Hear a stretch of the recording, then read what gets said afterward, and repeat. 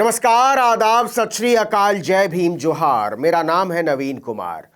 2014 का नारा याद है आपको? बहुत हुआ महंगाई का वार, अब की बार मोदी सरकार। इस नारे को अब बदल दिया गया है। अब यह कुछ यूं हो गया है, जीना महंगा, बिलखता बेरोजगार, जय जय हो मोदी सरकार। हंसिए मत, सोचिए क्या से क्या हो गए देखते देखते। दूध पर 3 रुपए की अघोषित अडानी टैक्स की खबर दी थी हमने आपको कि अगर अडानी का चेहरा उदास हुआ ना तो पूरे देश को रोना पड़ेगा। हालांकि अयोध्यावासी श्री राम जी की कृपा और भाजपा के सहयोग से मोदी जी के मित्र की चमक लौटती हुई प्रतीत हो रही है। लेकिन अडानी को रुलाने की सजा अभी पूरी नहीं हुई है। भारत देश के नागरिकों को इसकी और भी बड़ी और कड़ी कीमत चुकानी होगी, वो भी किश्तों में। नहीं समझे? कर्जा महंगा हो गया है साहब। मकान, दुकान, गाड़ी, बिजनेस, पढ़ाई, दवाई, हर तरह का कर्जा अडानी जी की कृपा से, माफ कीजिएगा, अडानी जी की मोहब्बत में महंगा कर दिया गया है। वो भी थोड़ा बहुत नहीं, सीधे सीधे रुपए में 54। इसके बारे में आगे विस्तार से बताएंगे। लेकिन मोदी राज में अपनी हालत जरा देख लीजिए। लोगों के पास नौकरियां नहीं है, महंगाई चरम पर पहुंच गई है, गरीब आदमी के लिए जिंदगी चलाना सजा बन गई है। आम आदमी जैसे तैसे गुजारा कर ले यही बहुत है, लेकिन सरकार की तरफ से आम जनता का खून चूसना बदस्तूर जारी है। मतलब समझ रहे हैं ना? सरकार के बड़े सरकार के मित्रों को झटका लगेगा तो आप कैसे बचे रहेंगे, जबकि सत्ता में आने से पहले इस सरकार ने देश की जनता को खूब सुनहरे सपने दिखाए थे और जनता ने एक बार नहीं बल्कि दो बार भाजपा पर भरोसा किया। और जनता को बदले में क्या मिल रहा है? अयोध्या की घंटी, काशी का घंटा और मथुरा का टंटा। लेकिन इस सरकार को इतने से भी सुकून कहां है। महंगाई पर काबू पाने के बहाने रेपो रेट बढ़ाकर आम जनता का तेल निकाल रही है। अमूल दूध के दामों में सीधे 3 रुपए की बढ़ोतरी के बाद अब आरबीआई ने रेपो रेट में बढ़ोतरी का ऐलान कर दिया है, यानी बेहाल जनता पर दोहरी मार। देखिए कि 8 फरवरी की शुरुआत ही जबरदस्त झटके के साथ हुई। खबर आई कि आरबीआई ने रेपो रेट में 0.25% की बढ़ोतरी कर दी है। पहले यह रेपो रेट 6.25% था और अब यह 6.5% हो गया है। आपको बता दें कि केंद्रीय बैंक ने रेपो रेट में लगातार 6ठी बार इजाफा किया है। इसका सीधा असर यह होगा, जनता की जेब और जलेगी।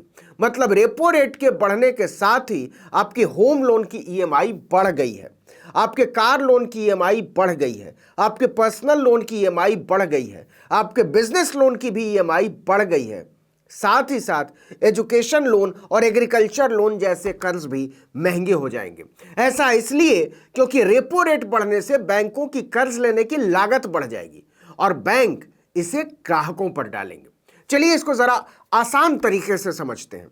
अगर किसी आदमी ने अप्रैल 2022 में 30 लाख रुपए का होम लोन 20 साल के लिए लिया था और उसकी ब्याज दर 8.35% है, तो उसकी किस्त 25,751 रुपए होगी। लेकिन रेपो रेट में बढ़ोतरी के बाद बैंक लेंडिंग रेट में कम से कम 25 बेसिस पॉइंट की बढ़ोतरी तय है। ऐसे में ब्याज दर पहुंच जाएगी 8.6%। इससे उसकी किस्त बढ़कर हो जाएगी 26,225 रुपए। मतलब आपकी ईएमआई खड़े खड़े 1 लाख रुपए महंगी हो गई। अब आप सोचिए, लोगों के पास रोजगार है नहीं, बेरोजगारी चरम पर है और महंगाई आसमान छू रही है। खर्च चलाना मुश्किल हो रहा है, बचत हो नहीं रही, कमाई के साधन है नहीं, लेकिन खर्चे बढ़ते जा रहे हैं। आम आदमी कैसे अपना गुजारा करेगा, कैसे अपने सपने पूरा करेगा? महंगा कर्जा मिडिल क्लास के हर आदमी के सबसे नाजुक सपने पर चोट है। घर का सपना, गाड़ी का सपना, बच्चों की पढ़ाई का सपना। रेपो रेट में लगातार हो रही बढ़ोतरी ने आम आदमी के हिस्से के इस सपने को भी बहुत महंगा बना दिया है। अब चलिए देश में बेरोजगारी दर पर भी जरा बात कर लेते हैं, क्या हालत है। वैसे तो अपने मोदी जी ने हर साल 2 करोड़ रोजगार देने का वादा किया था, लेकिन वो वादा तो जैसे पता नहीं कहां हवा हो चुका है। सरकार की प्राथमिकताओं में महंगाई और बेरोजगारी जैसे मुद्दे कहां हैं, इसका अंदाजा इसी से लगाइए कि राहुल गांधी ने भरी संसद में कहा, राष्ट्रपति के अभिभाषण में न तो महंगाई का कोई जिक्र था और ना ही बेरोजगारी का। 1 जनवरी 2023 को ही सीएमआई ने बेरोजगारी के नए आंकड़े जारी किए।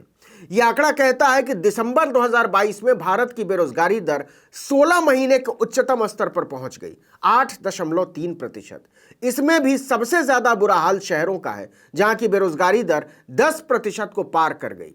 नवंबर 2022 में यह 8.9% था। हालांकि यह भी एक हाहाकारी आंकड़ा है। सच यह है कि भारत जैसी विशाल अर्थव्यवस्था के लिए 5% की बेरोजगारी दर ही बहुत भयावह मानी जाती है। इसका सीधा मतलब यह है कि मौजूदा सरकार रोजगार के मोर्चे पर बुरी तरह नाकाम हो चुकी है। मतलब कमाई हो नहीं रही और खर्चे बढ़ते जा रहे हैं। पहले दूध के दाम और अब रेपो रेट में बढ़ोतरी, आटा तेल का भाव आप जानते हैं। हालांकि हर बार रेपो रेट में बढ़ोतरी यह कहकर की जाती है कि महंगाई पर नियंत्रण के लिए यह कठिन फैसले जरूरी थे, लेकिन महंगाई पर नियंत्रण होता कहीं दिखाई नहीं देता। और इसी दलील के आधार पर 6 बार रेपो रेट बढ़ाए गए, पूरे 2.5% की बढ़ोतरी की गई। 1 अगस्त 2018 के बाद से यह रेपो रेट की सबसे ऊंची दर है। इसका मतलब यह हुआ कि मोदी सरकार अर्थव्यवस्था पर अपनी पकड़ पूरी तरह खो चुकी है।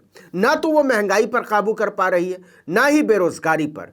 दिल को बहलाने के लिए वो दलील देती है कि रेपो रेट बढ़ने से उन लोगों को फायदा है जिन लोगों ने फिक्स डिपॉजिट करवा रखा है, क्योंकि एफडी पर अब ज्यादा ब्याज मिलेगा।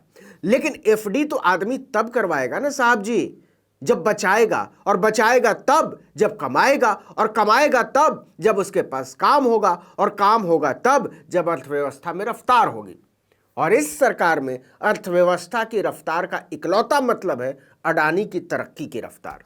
मोदी जी शायद मानते हैं कि अडानी जी सुखी हैं तो पूरा देश सुखी है, और अडानी बोल ही चुके हैं कि उन्हें दुख पहुंचाने का मतलब है पूरे भारत को दुख पहुंचाना।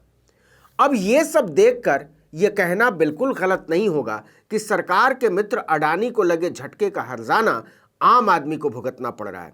पहले दूध के दाम और अब रेपो रेट में बढ़ोतरी। आम आदमी को तो हर तरफ से लूटा जा रहा है। महंगाई को काबू करने के नाम पर किया जा रहा रेपो रेट में इजाफा बदले में खर्चा बढ़ा ही रहा है, घटाने की बजाय। यानी राहत देने के नाम पर और बोझ बढ़ाया जा रहा है। हालांकि विपक्ष बार बार बेरोजगारी का मुद्दा उठाता है, मोदी सरकार को उसके वादे याद दिलाता है, सवाल पूछता है, लेकिन सरकार के पास इन सवालों का न तो जवाब है, न जवाब देने की कोई नीयत नजर आती है। इस पर अगर विपक्ष कोई सवाल पूछ देता है तो भाजपा को बुरा लग जाता है। इस वीडियो में इतना ही, लेकिन अगर आपने आर्टिकल 19 इंडिया को अब तक सब्सक्राइब नहीं किया तो फौरन कर लीजिए। बेल आइकॉन दबाइए, घंटी जैसी आकृति लाइक कीजिए और कमेंट करके बताइए हमारा वीडियो आपको कैसा लगा। यूट्यूब पर देख रहे हैं तो हमारे चैनल को सब्सक्राइब कर लीजिए, फेसबुक पर देख रहे हैं तो हमारे पेज को लाइक कर लीजिए, इंस्टाग्राम पर हमें फॉलो कीजिए और हमारा ट्विटर हैंडल है article19_India और मेरा ट्विटर हैंडल है नवीन जर्नलिस्ट। आप मुझे भी फॉलो कर सकते हैं। नमस्कार।